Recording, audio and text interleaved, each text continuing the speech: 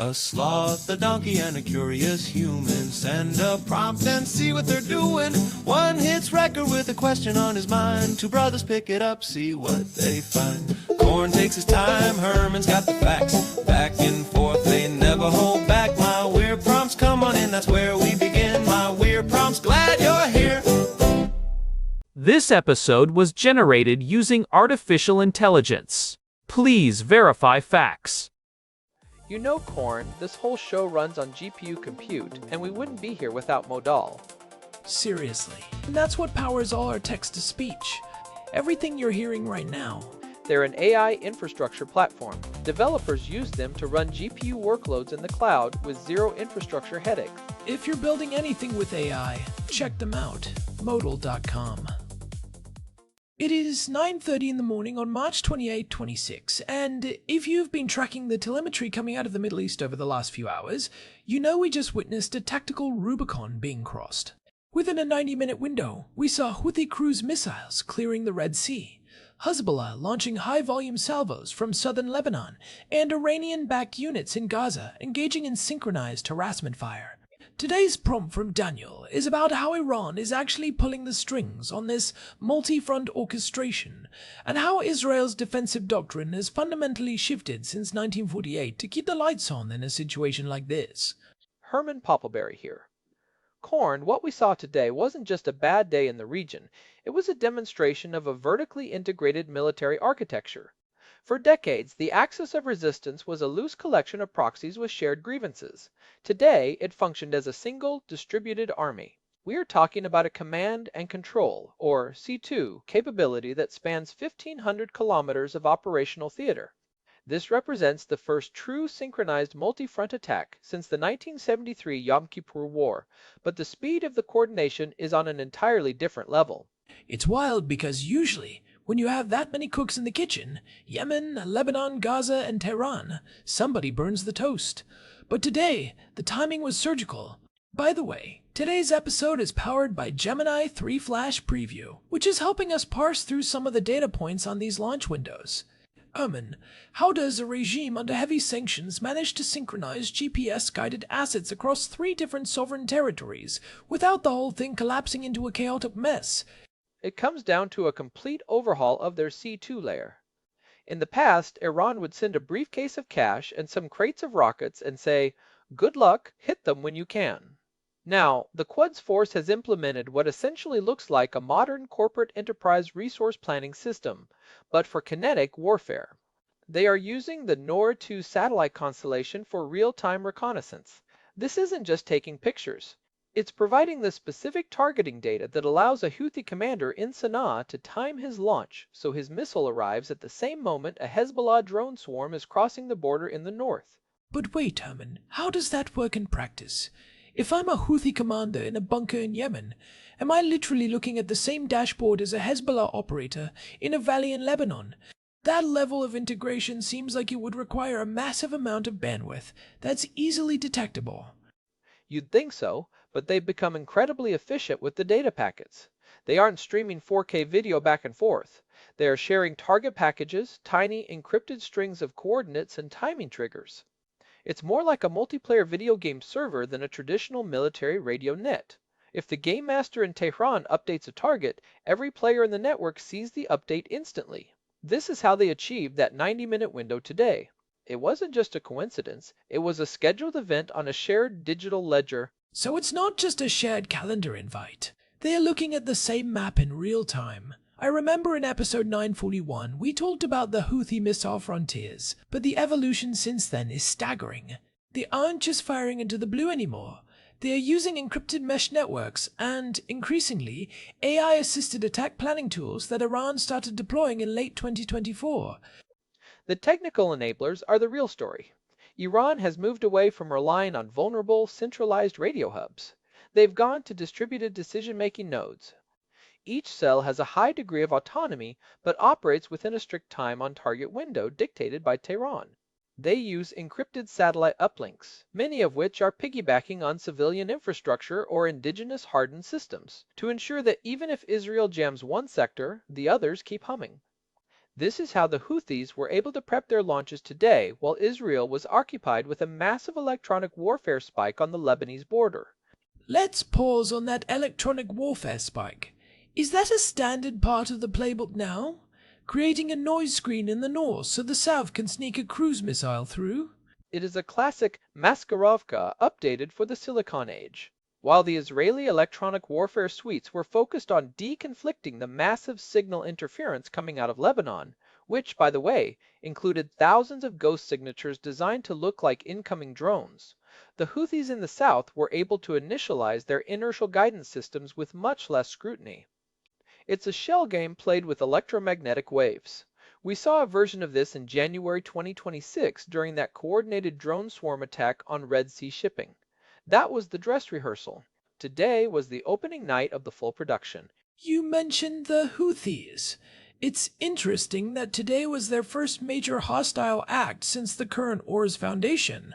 It's almost like they were being held in reserve as a diagnostic tool to see how Israel's southern detection arrays would react. I saw a report that Houthi launch preparations were actually detected 47 minutes before impact today. That's a decent window, but when you're facing a 360-degree threat, 47 minutes feels like 47 seconds. That detection window is exactly where the Israeli doctrine shift comes in. If you look back at 1948 or even 1973, Israel's defense was very much about the line. It was a Maginot Line mentality, static fortifications, holding the border at all costs, and then launching a massive counteroffensive. Today, that is dead. Israel has moved to a deterrence-by-denial model. They assume the border will be breached, not necessarily by boots on the ground, but by physics, by missiles and drones.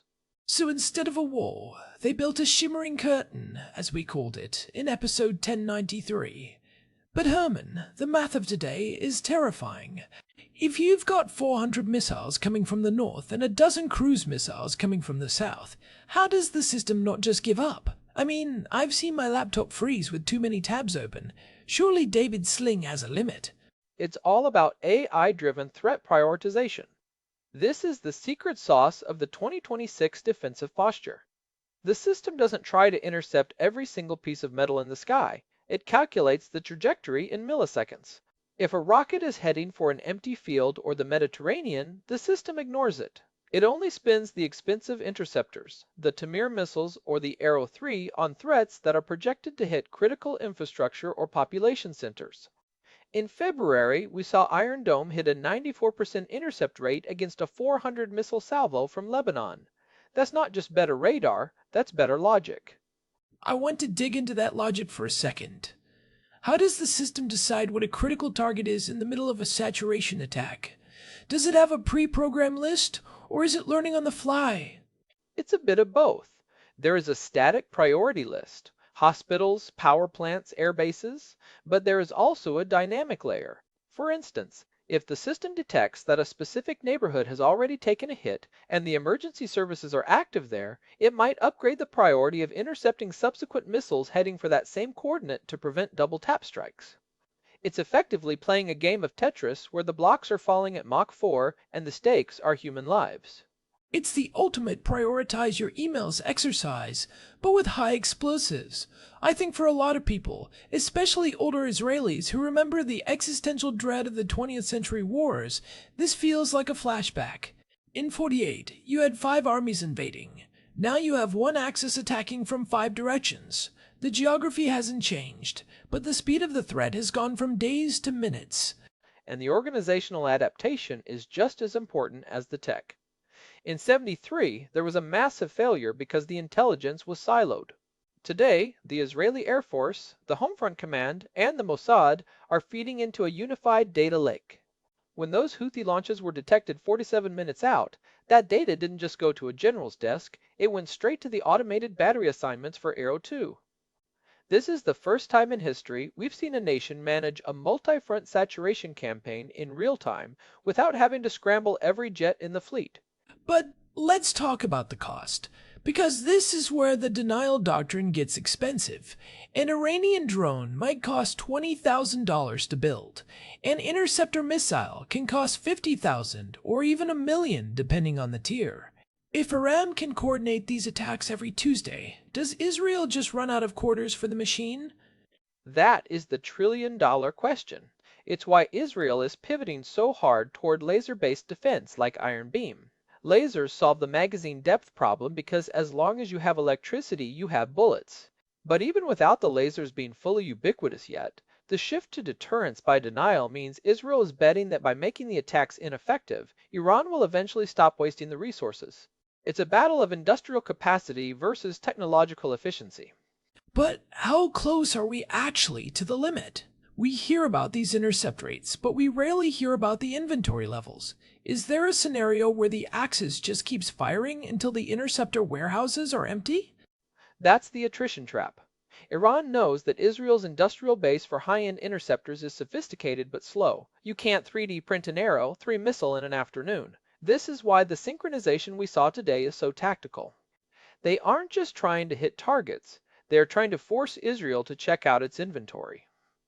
If you can force the IDF to fire 200 interceptors in an hour, you've won a logistical victory even if none of your missiles hit a building. It's also a battle of C2 versus C2. Iran is trying to overwhelm the Israeli brain by attacking from all sides. They're basically trying to DDoS a country. If you can't break the shield, you try to make the shield bearer dizzy. What I find fascinating is the Nord 2 constellation. Iran is now a spacefaring power with regional reconnaissance. They aren't guessing where the Israeli ships or batteries are anymore. They are seeing them. And they are sharing that feed. That's the vertically integrated part. In the past, the Houthis didn't have a space program. Now functionally they do because Tehran just shares the login. It's warfare as a service. This allows the Houthis to target specific gaps in the Red Sea radar coverage that were identified by Iranian assets days prior. It's a level of sophistication that most people still don't associate with proxy groups, but that's a dangerous misconception. These aren't rebels in sandals anymore, they are the forward deployed divisions of a major regional power. It's a scary thought, but it also explains why the Israeli response today was so calculated. They didn't just strike back at the launch sites, they went after the C2 nodes. If you can't stop every arrow, you blind the archer. I suspect we're going to see a lot more mysterious outages in Iranian satellite communication hubs over the next 48 hours. You're likely right. The axis of resistance model relies on coordination.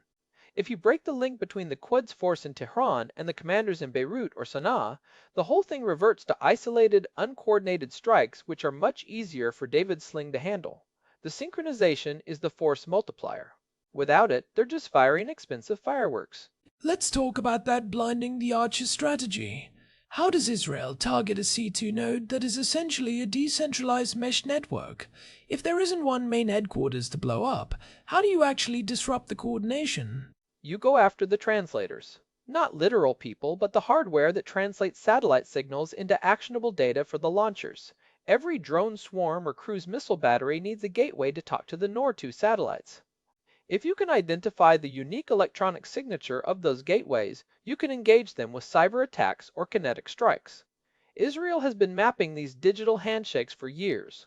Today, while the missiles were in the air, the IDF was likely running a massive parallel operation to unplug as many of those gateways as possible. It's like trying to cut the wires of a bomb while the timer is ticking, except the bomb is spread across 4 countries. A quick fun fact for the listeners. Did you know that the term Rubicon comes from Julius Caesar crossing a river in Italy, which was an act of treason that made war inevitable? It's funny how we use these ancient metaphors for things involving satellite-guided thermobaric warheads. The tech changes, but the human drama of no turning back stays the same. It really does. And the no turning back point here is that Iran has proven they can scale. They've moved from harassment to orchestration. That is a massive leap in military maturity. It means that any future conflict won't be localized. If you touch one part of the web, the whole thing vibrates.